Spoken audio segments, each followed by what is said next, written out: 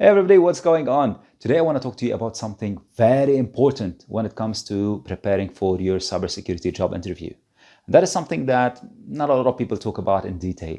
So I want to share some of my experiences and how did these things that I'm going to talk to you about help me land quite a few jobs. And that is, how do you do the non-technical side of preparations? I think the technical side is pretty clear for everybody. You go through the job description, you look at what is required, prepare for these topics, show up for the interview, and hopefully you are able to answer most, if not all of the questions. And that's that. But the non-technical aspect is as important, if not more important than the technical aspect.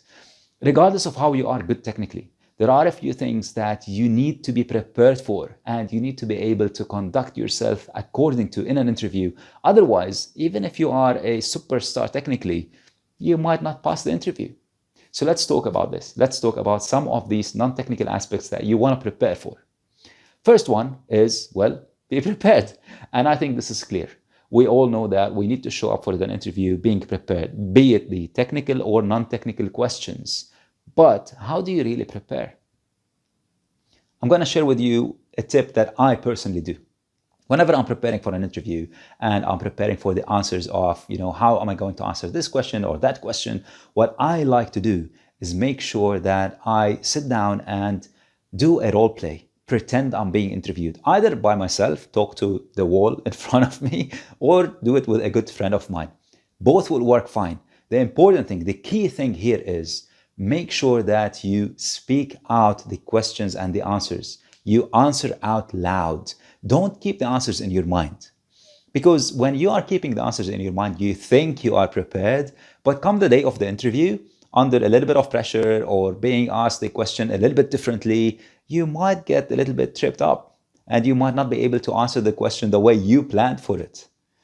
One time I was sitting for this interview. I thought I was prepared, right? I went through the common questions, tell us a little bit about yourself, tell us about some of your weaknesses, your strength, etc. And I thought I had well prepared for that interview. And I went in all confident, but what I didn't do is I didn't really follow my own advice. I didn't sit down, do the role play. I didn't speak out the answers loud. I got a little bit cocky, I guess. So I'm sitting through the interview and as expected, I get asked the question, tell us about one of your weaknesses. And what happened is I drew a complete blank. For a minute or so, I was just staring into the void, trying to remember what kind of answer I sort of was thinking about or I prepared. And for the life of me, I just couldn't remember it. I drew a complete blank. And what ended up is I very innocently and very honestly, I blurted out to my interviewer and I said, I can't think of anything right now. And what that came across is I don't think I have any weaknesses, but it sort of came out as a small joke. So lucky for me, the interviewer, he laughed a little bit, I laughed, and we sort of let it slide. But what would have happened if my interviewer was a little bit more serious and sort of dug his heels in and said, okay, this is fine, but no, seriously, tell me about one of your weaknesses? I would have been in deep trouble. Now, one of the reasons this might happen as well, and this is another thing you want to be aware of and you want to be careful with, is to not memorize the answers. Don't memorize the answers, because if you do memorize the answers, two things will happen. One, if for whatever reason, under the stress or the pressure of the interview, you sort of get a little bit nervous and you forget the answer, you're going to be in trouble. Because you've memorized the answers word for word, what's going to happen is you're not going to be able to remember the answer and you're going to get in trouble. The other thing, which is more important, is even if you remember the answers, you're not going to come across as genuine. The interviewer are very likely going to pick up on the fact that you have memorized these answers. Even if they don't pick up on the fact that you've memorized the answers, they will know, or they will feel at least, something will tell them that, there is something off about this person in front of me. They sound a little bit, scripted or mechanical or disconnected. You're not come across as having a natural flowing conversation. Look, this video right now that I'm recording, you'd think that, I've prepared for it. Yes, of course I did. But what did I do? I prepared some bullet points. So in my mind, I know what I want to talk about. And this is what you want to do. Just some bullet points, some words. Like if I get asked this question, I'm going to talk about this. If I get asked about my weaknesses, I'm going to say that. So just the bullet points, 1 or 2 words, maybe a short sentence, but don't memorize a full answer. Otherwise, if I was remembering, or if I was, memorizing this script, then it will come across as scripted. It's not going to flow as naturally, and you're not going to feel like we're having this one-on-one conversation. Instead, you might feel that, it looks like this guy is reading from a script, and that's not going to be a nice feeling to have. You will fail to connect with the person in front of you, as opposed to having a natural flowing conversation that does feel like you're creating a connection. You're having a natural conversation with a friend of yours. And that is really important. Now, here's another thing that you want to do preparing or for the non-technical preparation side of your interview. Now, everybody talks about research the company, right? And yes, of course, this is very important. You want to research the company. And depending on your role, there are certain aspects you want to research, like, the history of the company, what products they do, what services do they have, what's the company structure, who works there, what kind of customers they have. It really depends on the role, what you want to research exactly. And I think we all know that. But, and this is really important, what a lot of people don't talk about is research the values and the mission of the company, and make sure that they align with your values and your mission. This is extremely important. If you go and work for a company whose values don't align with yours, you're going to have a hard time becoming this superstar, overachiever, successful employee. You're not going to find the motivation for it. Look, take a very basic example. Let's say you are, anti-gambling, right? You don't like gambling. And then you go work for a company like a casino. Are you going to be really motivated to do your best? Are you going to be good at your job? Maybe. Are you going to shine? Very unlikely. Because deep down, you are working for somebody that you don't approve with what they do. You don't like what they do. How are you going to find the motivation to push yourself? Take the opposite. Maybe if you are working for, Amnesty or a children's hospital or whatever, then you are going to find the motivation, even if the pay maybe is not great, even if there are some difficulties in your job. You're always going in the back of your mind, you're going to be thinking, I'm doing this for the children, I'm doing this for people, I'm doing this for something that matches my values.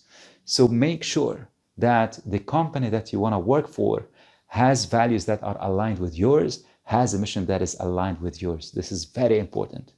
One other thing that you also want to research is, besides the company, is who's going to be interviewing you.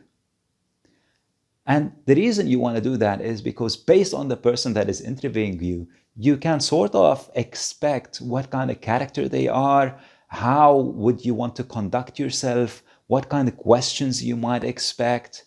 So if you see somebody who looks, in their LinkedIn profile or whatever professional profile, they look super serious, very serious, with one of these pictures and very formal writing, etc. You would know if you go and sit across this person, you probably don't want to open up with a joke, right? It's not like a speech. You want to make them laugh. But if on the other hand, you see that you're going to be interviewing with somebody who looks casual, not dressed up too formally in a three-piece suit, and they sort of carry themselves casually and they look like they like a little bit of fun, then maybe you will conduct yourself a little bit differently. That is one thing. The other thing is you can look at their professional profile. What kind of skills do they have? And it's fair for you to assume that they will be asking about things that they are comfortable with.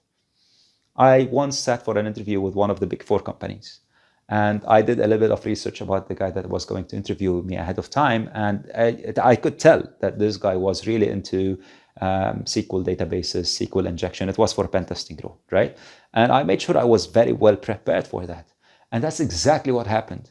We had about a 40-minute interview only about SQL injection.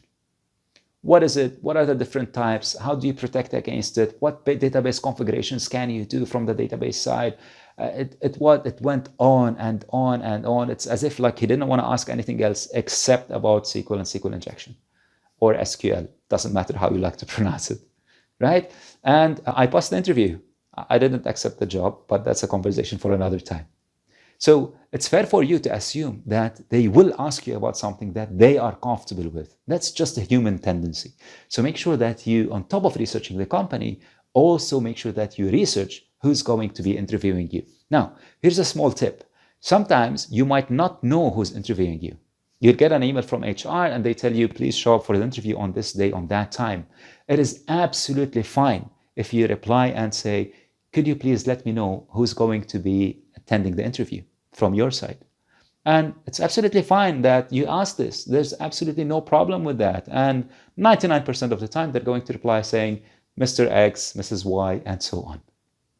Now, before you show up for the interview, and more importantly, hopefully you pass the interview, before you accept the offer, I want you to talk to some of the employees, either the current ones or the ex ones, particularly the ex ones. There's a lot of insights that you will get from current and previous employees, especially previous employees, because they feel a little bit more free and liberated and they can talk a little bit more freely. And one of the best jobs that I worked with because of previous employees and current employees. Before I accepted the role, I spoke to current employees, I spoke to ex-employees, and I got the details to the absolute minute level about how the company operates, how the management style is, how do they sort of support their employees, the bonuses, the vacations, the trainings, everything that you can think of, I asked about more than once. So make sure that you talk to employees as well. Now, what this will help you do as well is prepare for your questions when you go and sit down for your interview. And that's something else that I also want you to keep in mind. When you go and interview, they want to make sure that you are a good fit for the company. You too want to make sure that they are a good fit for you. It's one thing that you research the values and the mission of the company. It's something else to hear it straight from their employees and ex-employees. And it's yet another something when you sit down with your hiring manager or your future manager and point blank ask them about this and see how they respond. Let's be very frank. Sometimes your employer will exaggerate things, will add a little bit of salt or pepper to make things look a little bit better and taste a little bit better, just like you do with your CV, let's be honest. Right? Everybody does that, right? Everybody exaggerates their CV a little bit, polishes it a little bit, makes it a little bit shiny. You want to look good, right? And employers do that. Employers, when they are interviewing you, if they like you, they want to also leave a good impression. So they will try to put a little bit of shine on the job and on their company. So you want to hear it from them. When you ask about something, if you already sort of know the answer from ex-employees, you are in a very powerful position. And you know if they are telling the truth or they are adding a little bit of spices to it, or if they are unfortunately being, completely off the truth. And that is something really important because that gives you a very good insight about who are you going to be working with. So make sure that you are prepared with some questions. When they ask you, do you have any questions for us?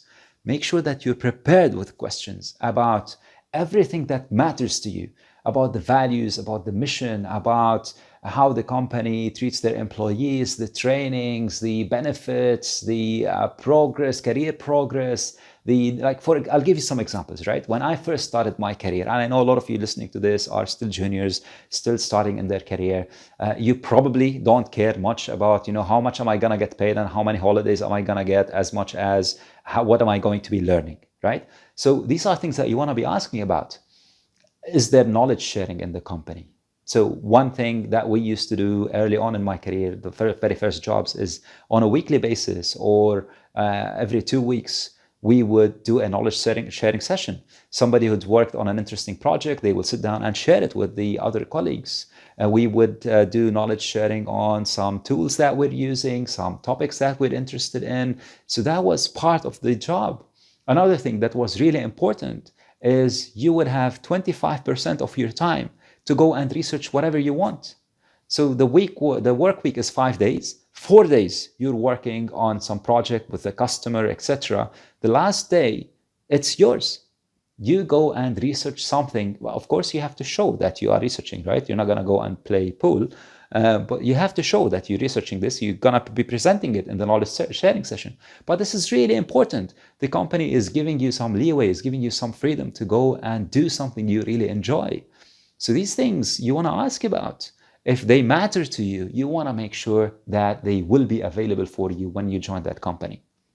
So to recap, first and foremost, be prepared. Make sure that you speak out the answers, ideally with a friend, if not with yourself. It doesn't matter. But also don't memorize. Look, being prepared is good, but that doesn't mean memorize the answers. You don't want to do that. Otherwise, you're going to sort of shoot yourself in the foot. Then you want to make sure that you research the company, and we're not talking about the traditional research that everybody speaks about. We're talking here about researching the company values, the company missions. What does the company aspire and strive to be? Then you want to also research the person that's going to be interviewing you, what kind of character they are, and what is their skill set, because they are likely going to sort of be comfortable with asking questions around their personal skill set. You also want to talk to employees, current employees, ex-employees. And what I forgot to mention is, even if you don't know any of the employees, you can still reach out to them. Find them on LinkedIn, on social media, and they wouldn't mind if you reach out to them and say, look, I have an interview coming up, or I got an offer, and I would love to get your insights on this. Everybody likes to give their opinion. It's just a human tendency. If you ask anybody, hey, can I have your opinion? Of course, they're gonna love you for it. So nobody's gonna say no to this. And based on that, and based on your previous research, make sure that you are prepared with questions when you show up for an interview. When the interviewer asks you, do you have any questions for me? Make sure that you have questions for them. And I'm not talking here about random questions that you pick up from the first page of a Google search. I'm talking about questions that really matter to you and are valuable to you. All right. I hope this helps you in your future interviews. That's it for now, and I will see you soon in another video.